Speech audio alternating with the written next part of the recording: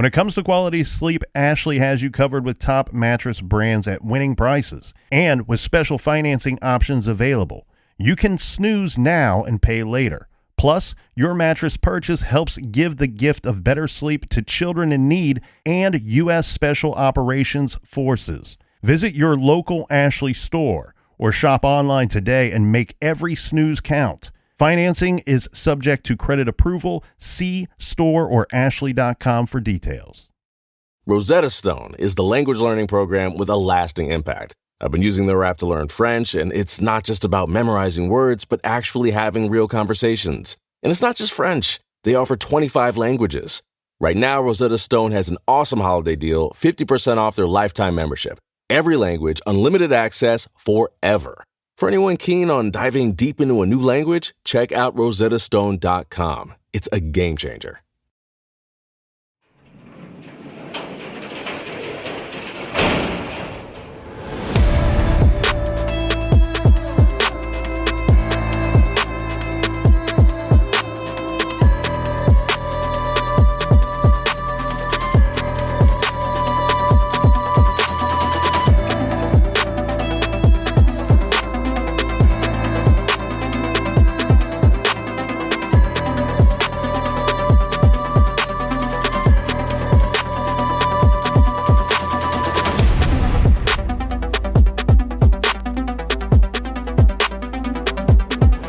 Welcome to True Crime Garage. Wherever you are, whatever you're doing, thanks for listening. I'm your host, Nick, and with me, as always, is a man that knows that talk is cheap, and that's why this is a free show. Ladies and gentlemen, our captain. Yes, get out your dollar bills and make it rain. It's good to be seen and good to see you. Thanks for listening. Thanks for telling a friend.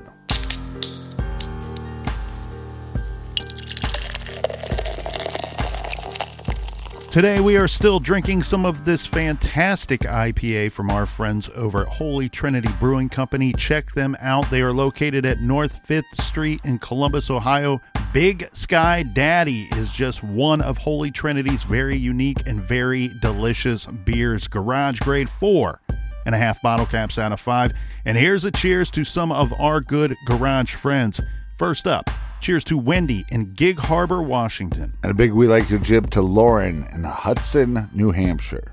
And last but certainly not least, we have Lindsay in Fargo, North Dakota. Please go to truecrimegarage.com. Help us out with the beer fund. You can find our store page and get yourself some merch and sign up on the mailing list while you're there. Yeah, BWERR, you win. Beer run. If you need more True Crime Garage in your earballs, sign up for our bonus show. It's called Off the Record. It's on Stitcher Premium. You get our show, you get our bonus show, and you get so many other bonus shows. It's basically the Netflix of podcasts. So check that out. You can check that out on our website, truecrimegarage.com. And Colonel, that's enough of the beer now. All right, everybody, gather around, grab a chair, grab a beer. Let's talk some true crime.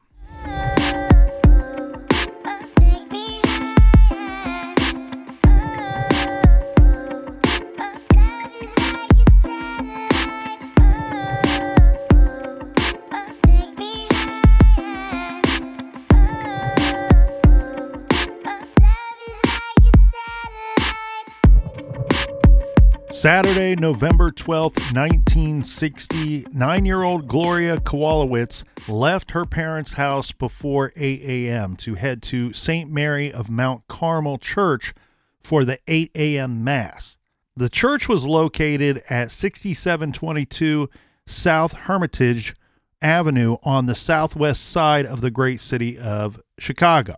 The walk wasn't far. Just 3 or 4 blocks from her home located at 2002 West 67th Place. And Gloria was accustomed to making this walk. It was a different era back then, obviously. Young children were much freer to go to and from places like school, church, parks without parents. It doesn't appear that Gloria's parents gave her walking alone a second thought. But they did give it a second thought when she didn't come home. In fact, she never made it to church that day, said a school friend who waited for her at the church entrance. Her parents reported her missing on Saturday afternoon. And I apologize to you, Captain, and all the wonderful listeners out there, we do not have a clear time of when she was reported missing. Slacker. But they would not have to wait too long before a call came in from the police, the dreaded call, the call that nobody wanted. At 11:40 on that Saturday morning, a laundry truck driver was taking an early lunch break from his route and was seated at a roadside table next to the Palos Hills Forest Preserve after parking on the shoulder. Glancing into the woods, this man's name is Harry Lindman. He was startled to see something in the underbrush of a ravine. Closer examination made him draw back in horror. It was a dead child that he saw. Her face and head were bloody and disfigured to the point that, until autopsy, police suspected that she had been beaten to death. Her pink and brown checkered dress was pulled up, exposing her underwear, and her shoes and socks were missing. Her blue leotards lay on the ground near her body. Her father, Edward, was called to the scene to see whether the corpse was in fact his little girl, and unfortunately it was. He told police that the little girl's blue coat, purse, rosary, and a prayer book were all missing from the scene. But they weren't missing for very long either. These items were found along various roadways heading back toward the city of Chicago. Yeah, that seems like the killer was dumping the evidence as they drove back into the city. You are exactly right. Police believe that the killer had tossed them out of the window of his vehicle on his way back to the city. He took the girl from the city, drove out of town, she's killed, and then he is disposing of her items as he is driving back to town.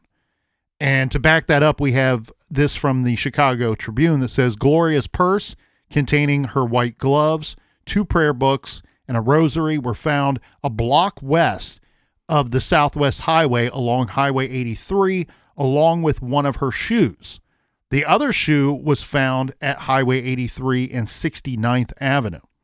Her blue coat was found on Highway 83 at Ridgeland Avenue, about 5 miles east of where the body was found. It's like this guy didn't really care about leaving a potential roadmap to where he was going and was almost maybe even bragging about what he had done. Yeah, or it's a ruse. I'm going to dump these items like I'm going back into the city, and then he turns and goes to another suburb. But what was the cause of Gloria's death? The autopsy, it was found that Gloria had been shot twice in the head at close range. They know that it was close range because she had powder burns on her face. Mm-hmm. One bullet entered the top of her head and the other the left temple. It was believed that the first shot was inflicted while she was standing and that the second shot, the shot to her temple, was done after she was on the ground. So we have these gunshot wounds to her face. They thought she was initially beaten, but then the autopsy is going to say, well, gunshot wounds.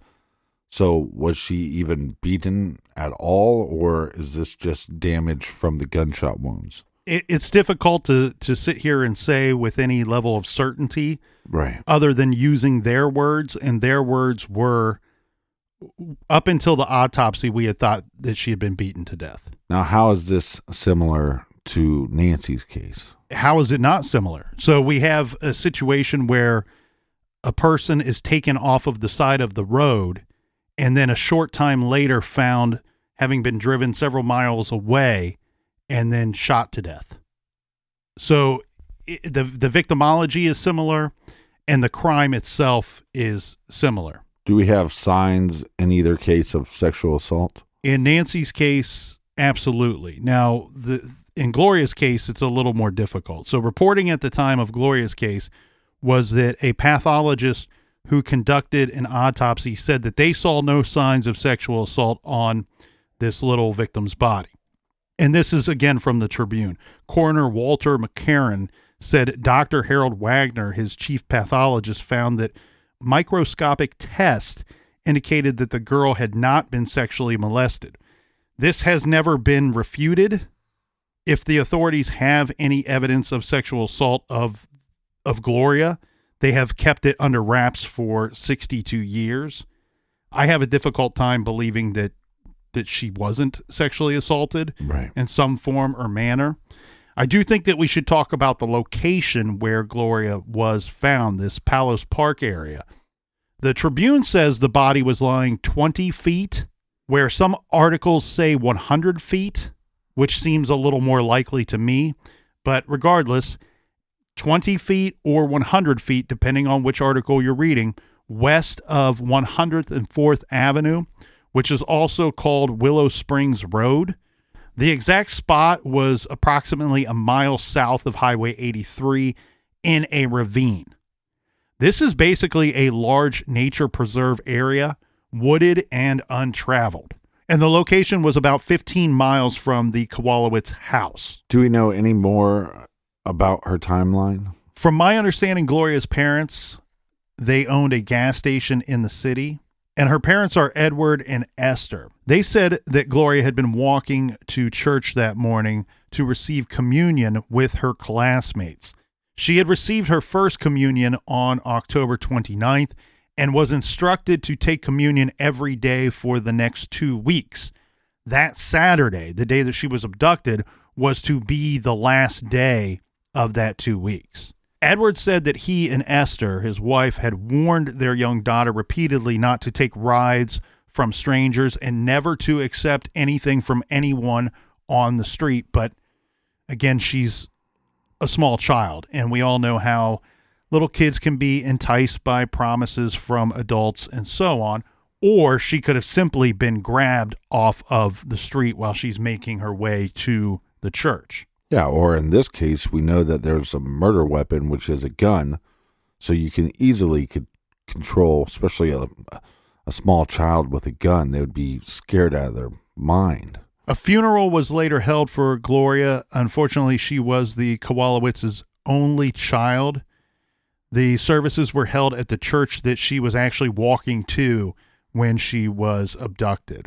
It was attended by all 650 students that went to the church school that Gloria attended.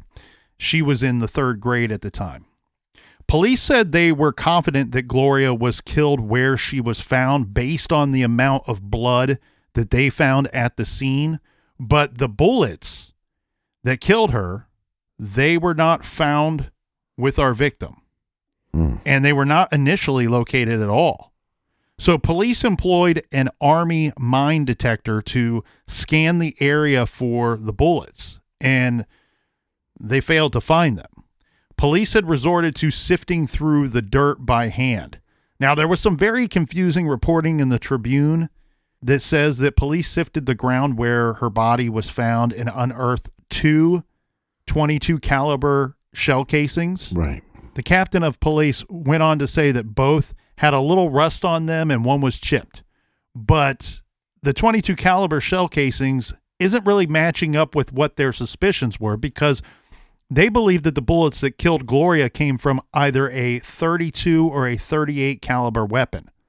So these bullets, the shell casings, may just have been found there. It just may be happenstance that they were found in the same area.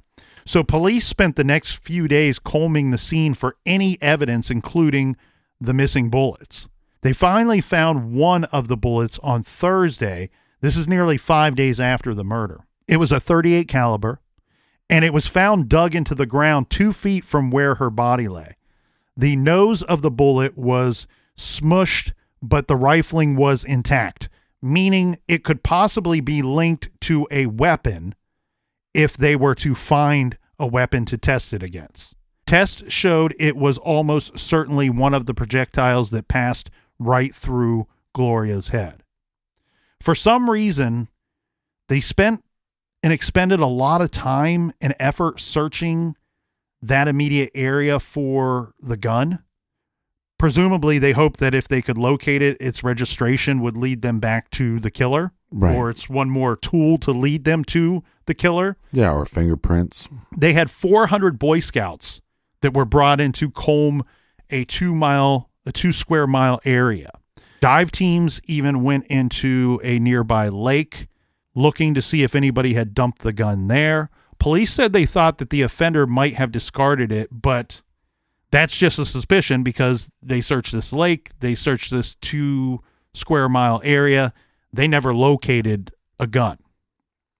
They did find a tire track at the murder scene. Yeah, which we did not find in Nancy's case. Right. The head of the Chicago Police Crime Lab told the media, "We found a tire track at the murder scene. Presumably, Captain, I'm guessing that they must have ruled out that the tire track that they're talking about was not made by the person who found her body, Harry Lindman. Remember, he had his laundry truck out there with him that day." They found a wallet on the ground, and this was considered to be a very big and important lead, right? We love it when a killer is dumb enough or makes the mistake of leaving an ID, a photo ID or any form of identification right there at the murder scene. Right. This wallet that they found belonged to a teenage boy. This is a 16-year-old teenage boy. So they tracked this individual down, and he said that, yes, that's my wallet, but I lost it the summer before. So I lost that wallet months ago. His parents, his friends, and many people back up this story. So he eventually ends up being crossed off of the list. Yeah, but I wonder what his life was like in the community for the next month of people not buying that story. On Gloria's purse, remember that was recovered from a road, they found a fingerprint on the strap that was not Gloria's. A later article in the Tribune said that they had actually had a palm print taken from Gloria's white plastic handbag. So it's a little confusing if we're talking about a fingerprint or a palm print going forward. I have the suspicion that they actually found both, that they may have found a fingerprint and a palm print that both did not belong to Gloria on this purse. Right. Either way, it's a good piece of evidence there. Police spoke to all of the people that would be out working, right? Out driving about that Saturday morning. So this is people like bus drivers, delivery men, and others who regularly drove the route Gloria would have taken walking from her home to the church to which she never arrived. Then they did a door-to-door canvass of Gloria's neighbors and people who lived along that route that she would have taken to get to the church that morning. And this is where they're hoping to develop a more comprehensive timeline, right? They believed that she had been abducted really just a few minutes after setting out from her home just before 7:45 a.m. We know that she never reached the church, and this is based off of our witness, her friend that was waiting for her, and the statements of the investigators at the time. Well, and there's probably other patrons of the church that didn't see her there that day. So the investigators thought that Gloria was likely picked up as she walked along Marquette Road, but later reporting said that she could have been grabbed as she walked along 67th Street. Either way, this gave a very narrow window of time for the actual abduction, as the walk, even at a child's pace, was less than 10 minutes. What's scary about both these cases in my mind's eye is how visual they become in your imagination. You can almost see these cars following these girls along whatever path they're going. Nancy heading home with her sister Cheryl, and seeing Gloria waking up, heading to church so she can take communion, and then being followed by a vehicle. You can almost see how that would play out, or even, like you said, is there some ruse that they used, or like get the girl close to the car and we'll abduct her with a gun. Now, in Nancy's case, it's different because we have an eyewitness. This person jumps out of the car and snatches the individual. This could be the same thing that happened in Gloria's case. Now, in Nancy's case, like we said, we have her sister, Cheryl, that was with her. So that was a solid eyewitness, but again, she's only 5 years old. In Gloria's case, do we have any eyewitnesses? We end up with several potential eyewitnesses. And again, this walk is less than a 10-minute long walk. So to have several eyewitnesses is very lucky and helpful in this investigation. So first we have a gentleman who owned a grocery store on Damon Avenue. This is located behind the Kowalewicz's home. He says that he saw Gloria leave the house on that Saturday morning, waving goodbye to her mother as she left. So we don't need to be looking in the direction of the parents as far as this eyewitness statement goes, because she was alive and well when she left her parents' home that morning. Then we have the statement of the parents. Esther, her mother, said that she watched her daughter walk north on Damon Avenue and watched Gloria turn east on 67th Street. So that's a portion of her travels. Then we have a man who's a plumber who told police that he saw Gloria standing at the corner about a half of a block from her home at approximately 7:45 a.m. This was on the corner of Marquette Road and Winchester Avenue. He was stopped at a light. He's driving, and he noticed her because she was hopping from foot to foot. He said it appeared she was waiting for someone. That's a really weird part of this story, where you have a witness who does not know the victim, and he is of the belief that the girl was possibly there waiting for somebody. Now, what's interesting to me, Captain, is he says that he notices her because she's hopping around from foot to foot, but he's there because he stopped at a light on the corner of these roads. Well, why? I'm wondering if she had the opportunity to walk across the street but did not, and that gave him the indication maybe she was waiting there for something or someone. Another witness, who was described as a 45-year-old maintenance man, his name is Carl Bartel, told police that he saw a girl who he thought could have been Gloria. And what's strange about this, Captain, is he says that he saw this girl that he thought might be Gloria riding in a car with a man on Saturday morning. This would have been around 8:40 a.m. He said that the two were driving on 131st Street at 104th Avenue, about 2 miles from where Gloria was eventually found. They turned north on 104th. The child was with a man aged 25 to 40 with black hair. This is as described by our witness. The car was a 1954 or 1955 Plymouth four-door sedan, olive green. I don't want to jump back and forth between the two cases too much because it will get a little convoluted along the way. But remember, in Nancy's case, it was described as a four-door sedan, a four-door vehicle, dark colored. And a lot of the reports say black. There are some reports that say possibly a dark green. In Gloria's case, we have this witness who's saying, look, if this was Gloria that I saw in the vehicle with this man with black hair, right, age 25 to 40, they were traveling in what I believe was a 1954 or 1955 Plymouth four-door sedan, olive green. Police took Bartel to the crime lab to view Gloria's clothing to confirm the sighting. If you do a little map detective work here and look up about the time that it would take to drive from Gloria's house to the intersection where this man says that he saw Gloria and the dark-haired man, it takes about 34 minutes to drive that 14 or so miles. So this timing could be fairly accurate, backing up his statement that he believes that he saw Gloria in this car. So if she were picked up at approximately 7:50 a.m., they could be on 131st and 104th at 8:40, as reported by this witness. Now, of course, give or take 15 minutes, which could mean all of the world entirely. Another helpful tip came from a Mrs. Stephen Griffin. No relation to Peter. Who saw the blue coat lying on Highway 83 west of Ridgeland Avenue at approximately 9:15 a.m. So the timing of the blue coat having been discarded in the roadway meant it was possible Gloria had been killed within an hour of the abduction.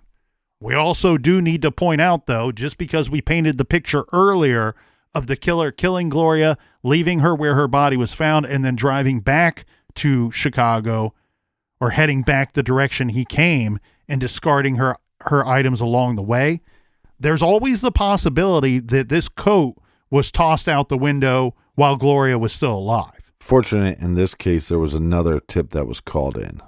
This was an anonymous tip, however, and this was simply a woman that called police identifying herself only as a neighbor of the Kowalewiczes. Per the Chicago Tribune, they say, quote, she said the murderer was driving an automobile whose license is issued to a resident of Alton in Madison County, end quote. So it's unclear how this witness, this anonymous witness, would know this. Right. Or if she even knew it at all. It could have been a complete hoax. But then you have to wonder, if she did in fact know it, did she see the car? Did she have knowledge of this crime or knowledge of the suspect? If she did see the car, did it have some kind of sticker or some other mark that designated it as being from Alton?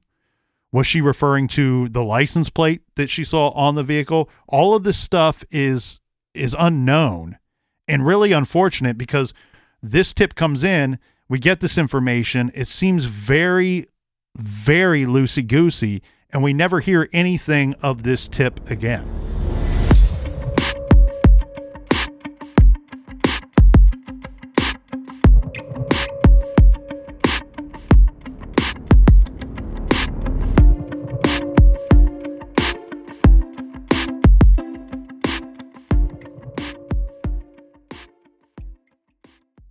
This show is sponsored by BetterHelp. Do you look forward to the holidays? Maybe you struggle with seasonal blues. This time of year can be a lot, and it's natural to feel some sadness or even anxiety about it. But adding something new and positive to your life can counteract some of those feelings. Therapy can be a bright spot, something to look forward to make you feel grounded, and to give you the tools to manage everything going on. If you're thinking of starting therapy, give BetterHelp a try.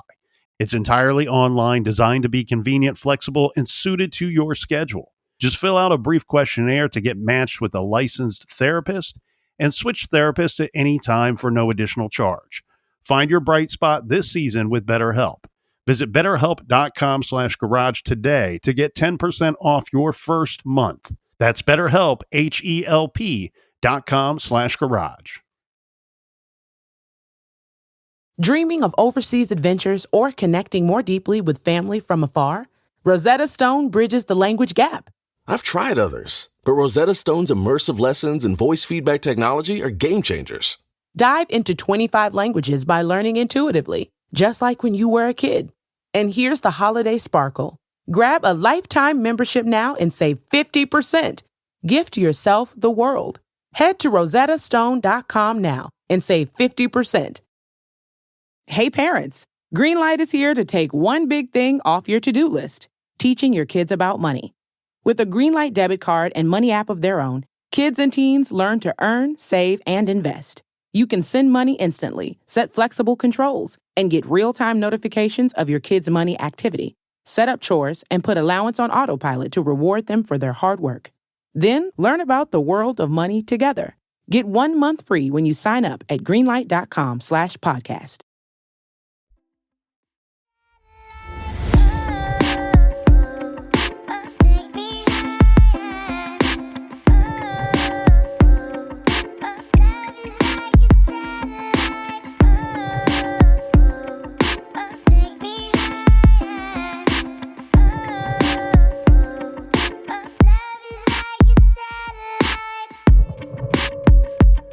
All right, we are back, mates. Cheers. He's back. I'm back. Cheers to the people in the back. Mm-hmm. Tall cans in the air. Now here's a part of our investigation that comes up every time we run one of these investigations, especially when we're talking about the abduction and murder of a youngster. And this is the part of the investigation, Captain, when the Chicago police did the old pervert roundup. And they rounded up all of the usual suspects. Yeah, get your PPs out. And they demanded alibis from anyone in the neighborhood where Gloria lived who had a history of any kind of sexual or sex charges against them, sex crimes. A 19-year-old girl reported being followed home by a blonde youth wearing jeans and a tan jacket right around the same time that Gloria was taken. So right about this same time there.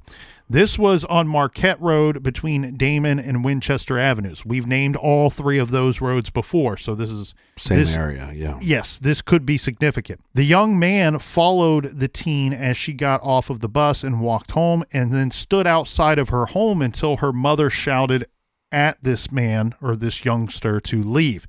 He was last seen walking down 67th Street. Police were interested in tracking him down and told the public about this.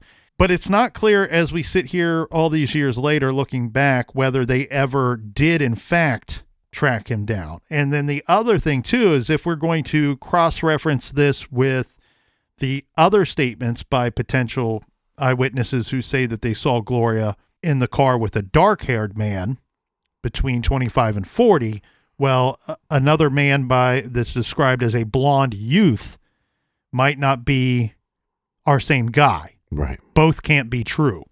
But regardless, these are witnesses. These are people in the area trying to help out, trying to help the investigation. Within 2 days of Gloria's murder, detectives said that they believed that Gloria had been killed by the same, quote, sex maniac who had struck in the city recently. So remember, this is early November. They state that since October 17th, there had been 4 assaults on women and girls in that area. Do we have any eyewitnesses of those assaults? Well, what we have in this situation is we have the people that were going to be assaulted are eyewitnesses. And what happens here, though, without going into the details of each one of these attacks, is I would categorize these more as attempted assaults, because it looks like whoever was doing this was scared off before he got to do whatever it is that he set out to do. So that makes it very difficult when you have these air quotes unsuccessful attacks compared to Gloria's case where it's an abduction and a murder. It gets very hard to sit here and go, well, is the MO even the same, right? Because it sounds completely different, but in the attempted assaults, we do not know what the end result would have been had the attacker been successful or not scared off. Right. By the 15th of November, police said that they had no solid leads in the case, which was about to change very quickly. But up to this point, it doesn't appear to me, Captain, that this was for a lack of trying. They really worked this case the best that they could in the early stages. They reportedly had 50 detectives from Chicago who worked with Cook County Sheriff's investigators on the case. They claim to have spoken to about 800 people in the days since Gloria was found. They were still working the leads that they had. The fingerprint on the purse strap is one of the potential leads. They're also working the tire track that was found near the body and the possible sighting of the girl in the company of a man driving down the street. Chicago detectives were also in touch with authorities in Paulding, Ohio, as we had mentioned at the end of yesterday's show. This is to speak with authorities there as to whether there could be any connection between Gloria's murder case and that of Nancy Eagleson. Now, note that this is about 230 miles away, but the cases bore startling parallels. And again, both cases, we have a child being abducted into a vehicle, not a man on foot. So 200 and some miles is far, but not that far. Yes, and we have the chief of detectives, James McMahon, in Chicago, who openly asked the question to reporters when he's telling them, hey, we're in contact with some people in Ohio about a case that they have. He said, have we got a killer traveling cross country? So the chief of detectives, McMahon, he goes on to say that he was checking and had been in contact with Sheriff John Keeler at the Paulding Sheriff's Department via telephone. They were both talking about the 2 slayings that happened recently in their areas.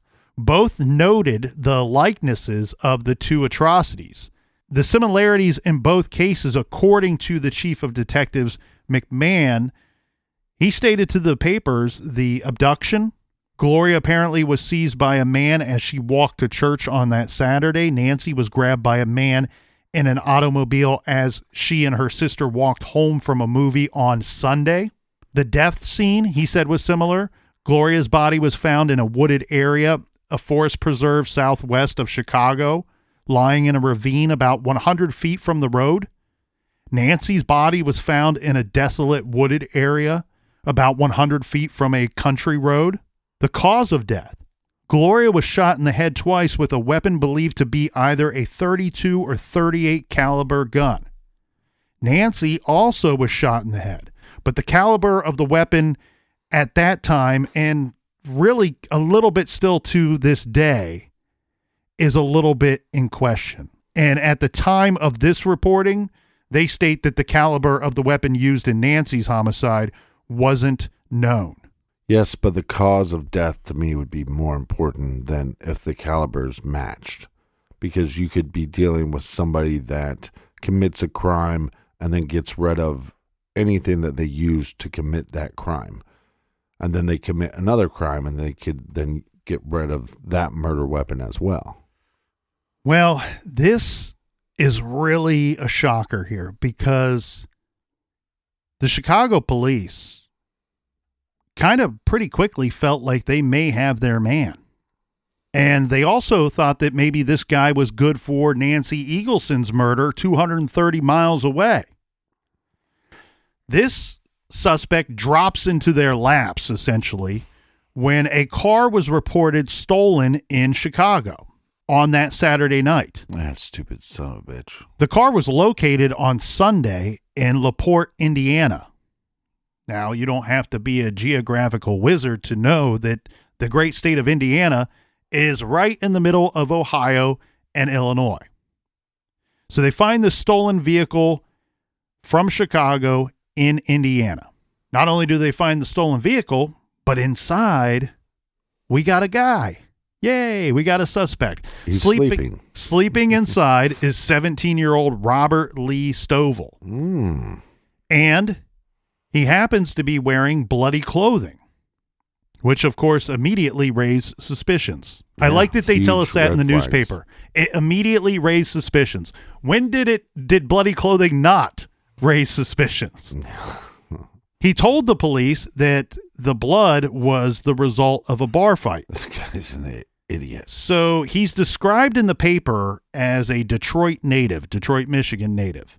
If you look at the guy, he's got a mustache, goatee, and sideburns. He lied to the police about where he got the car, right? The car was reported stolen. He's telling police, I borrowed the car from my sister's boyfriend. Liar. Remember, they always have a story. Whenever you're caught in a stolen car, you better have a story. Mm-hmm. So he lied to the police about this. You can quickly check and confirm that it does not belong to anybody that he knows. In fact, I'm not certain who the car belonged to. And his story about his whereabouts on Saturday night, and really that Sunday, did not check out. So investigators intended to check his shoes to see whether dirt on them matched the soil in the ravine where Gloria was found. Now, keep in mind, we're looking at this angle right here of this Robert Lee Stovall individual. We're looking at all the information about him based off of what the authorities in Chicago are telling the newspapers and are reporting at the time. Well, and he is going to be questioned by law enforcement in the Nancy Eagleson case as well. Yeah, Paulding, Ohio investigators. In fact, it was Sheriff John Keeler who questioned this individual about Nancy's case. This known liar. What is weird here, though, to me is this is the guy that kind of ties these two cases together, right? You have these two crimes that they're rare crimes. Potential stranger abduction. Both of them are children. An abduction and a murder. Similar age, similar day. Yep. Both victims are found rather quickly. The only thing that really separates them is that 230 miles. Well, you get over that hurdle real quickly when you find this guy in Indiana with a stolen car covered in blood. Mm-hmm.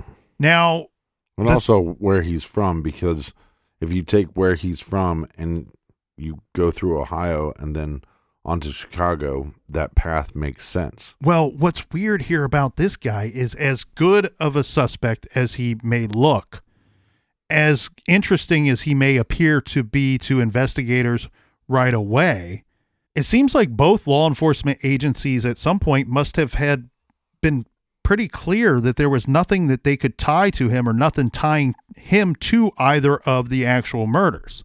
So where he is once, and very briefly at that, the prime suspect, I mean, his picture is in the papers. His name is in the papers as being questioned in both of these homicides, the prime suspect in both murders. However, briefly he was actually considered to be a suspect. He seems to have been dropped by both agencies and dropped out of the spotlight very quickly. Again, very strange because he's covered in blood. I'd be testing that blood before I drop him from my suspect list.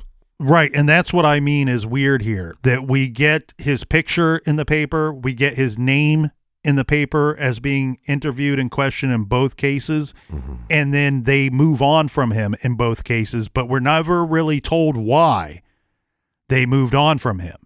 And I'm assuming we can see all the work that they were doing in Paulding, we can see all the work that they were doing in Chicago on these two cases, and I don't like to assume, but you have to believe that they had something that moved them off of this guy, or something that told them that he was not their guy. In fact, you have the statement very quickly from the chief of detectives in Chicago that says, despite the similarities,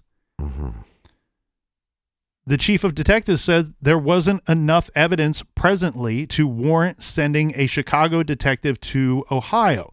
But McMahon, the chief of detectives, emphasized that if Keeler, John Keeler, the sheriff in Ohio, if he ever had a suspect in Nancy's case, then the Chicago Police Department will waste no time in sending a man to Paulding to assist in the questioning. Yeah, this is very strange and very confusing, and maybe this is why these cases are not solved 60 years later.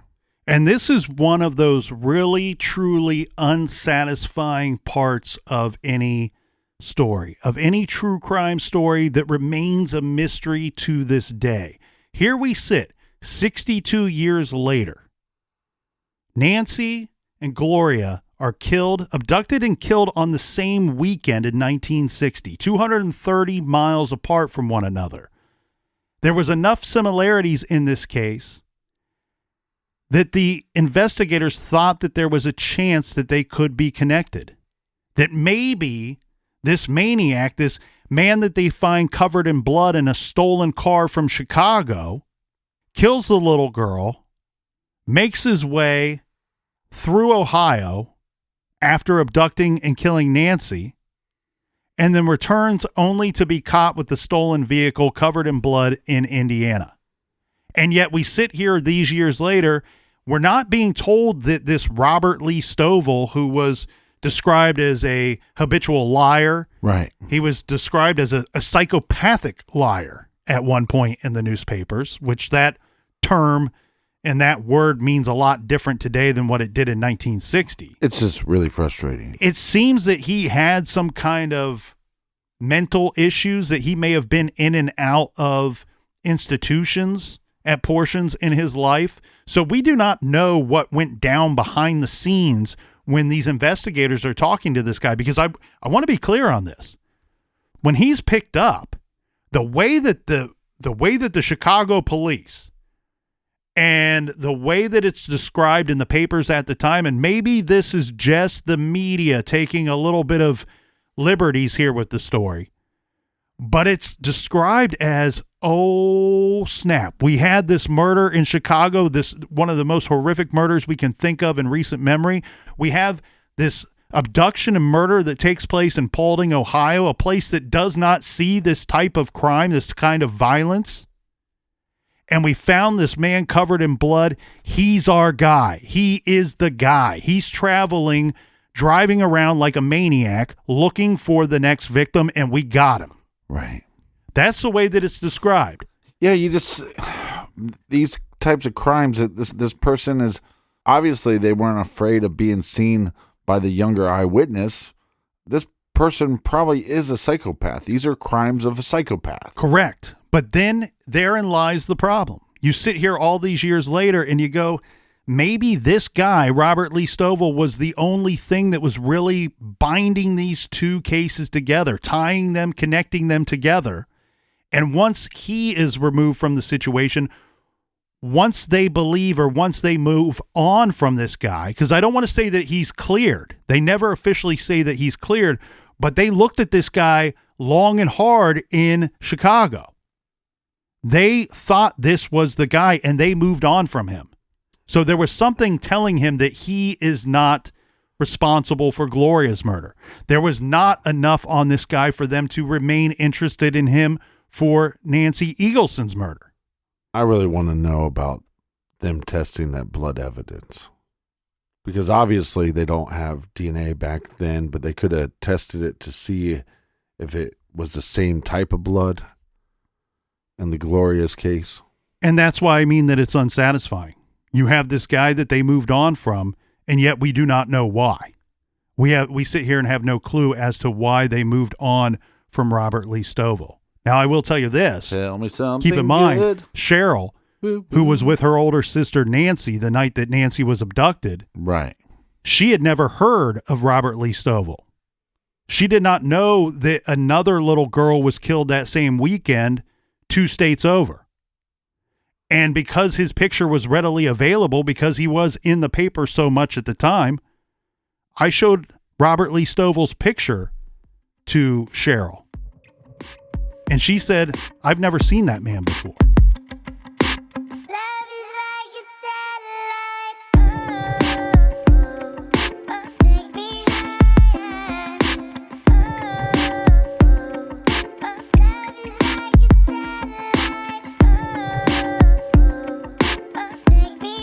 And a quick note before we wrap up this week's set of shows, we are doing a part 3 and part 4 on the Nancy Eagleson murder investigation. And that is because our involvement with the Porchlight Project has made it so that we are privy to certain information that has not hit the newspapers in this case. And so we really took a deep dive looking at the Nancy Eagleson investigation, which has gone on now for 62 years. So with so much information, we were just not able to cram it all into 2 episodes. Well, that's what we like to do here in the garage, is let the information dictate whether it's going to be a 1-parter, 2-parter, 3-parter, or heck, even sometimes we'll do a 6-parter like with the John Benet Ramsey case. So we get to take a deep dive into this one and make it a 4-parter. In parts 3 and 4, we will continue to look at the Nancy Eagleson investigation, and we will also take a look at another similar crime as well as the suspects. Yeah, the old turd burglars. And you won't want to miss when we get to the suspects, because I think you're going to find them to be very interesting. Thank you for joining us here in the garage. Thanks for letting us whisper in your ears for the last few hours. You are our friends, our buddies, our pals, and we appreciate you. Colonel, do we have any recommended reading for the beautiful listeners? Yes, we do, Captain. This week we are recommending that you go and do your reading over at uncovered.com. Look, there are more than 200,000 unsolved cases that have gone cold in this nation since 1980. Uncovered is the nation's largest database of information powered by you, the public. They are crowdsourcing cold cases at uncovered.com. Check them out. And until next week, be good, be kind, and don't litter.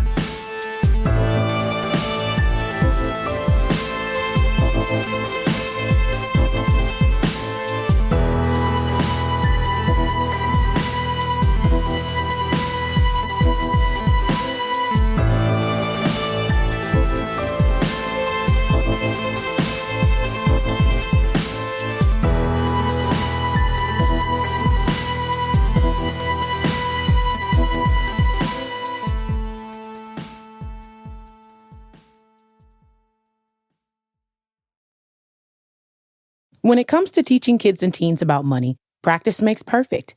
That's where Greenlight comes in. With a debit card and money app of their own, kids learn to earn, save, spend wisely, and invest. Parents send instant money transfers, Create custom chores and automate allowance, while kids track their spending, set savings goals, and practice money skills they can use today and for life. Get 1 month free when you sign up at greenlight.com/podcast.